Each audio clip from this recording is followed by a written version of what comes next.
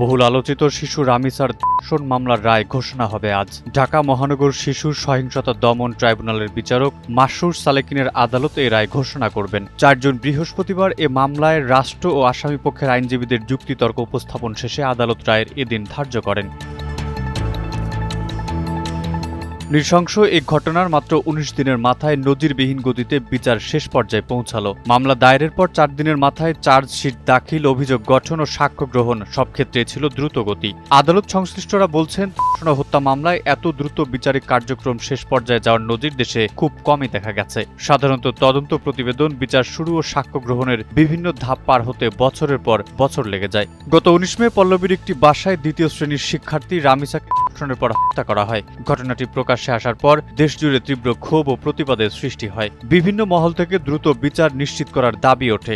রাষ্ট্রের সর্বোচ্চ পর্যায় থেকেও দ্রুত বিচার নিশ্চিতের আশ্বাস দেওয়া হয়। ঘটনার দিনই প্রধান আসামি সোহেল রানাকে নারায়ণগঞ্জের ফতুল্লা এলাকা থেকে গ্রেফতার করে পুলিশ। একই সঙ্গে আটক করা হয় তার স্ত্রী স্বপ্না আক্তারকে। পরদিন শিশুটির বাবা আব্দুল হান্নান মোল্লা পল্লবী থানায় মামলা দায়ের করেন। মামলায় সোহেল রানাকে প্রধান আসামি এবং স্বপ্না আক্তার সহ অজ্ঞাতনামা কয়েকজনকে আসামি করা হয়।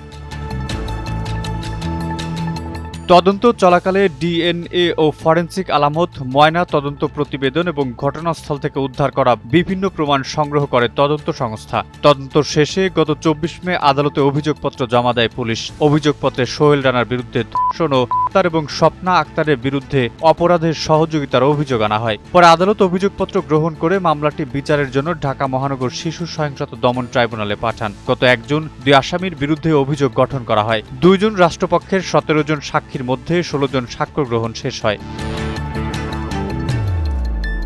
মাত্র ১৭ দিনের মধ্যে তদন্ত, অভিযোগপত্র, অভিযোগ গঠন, সাক্ষ্য গ্রহণ, আত্মপক্ষ সমর্থন ও যুক্তিতর্ক সহ পুরো বিচারিক কার্যক্রম সম্পন্ন হয়েছে। সাম্প্রতিক সময়ে আলোচিত কোনো ধর্ষণ ও হত্যা মামলার ক্ষেত্রে এত দ্রুত বিচারিক অগ্রগতি বিরল বলেই মনে করছেন সংশ্লিষ্টরা।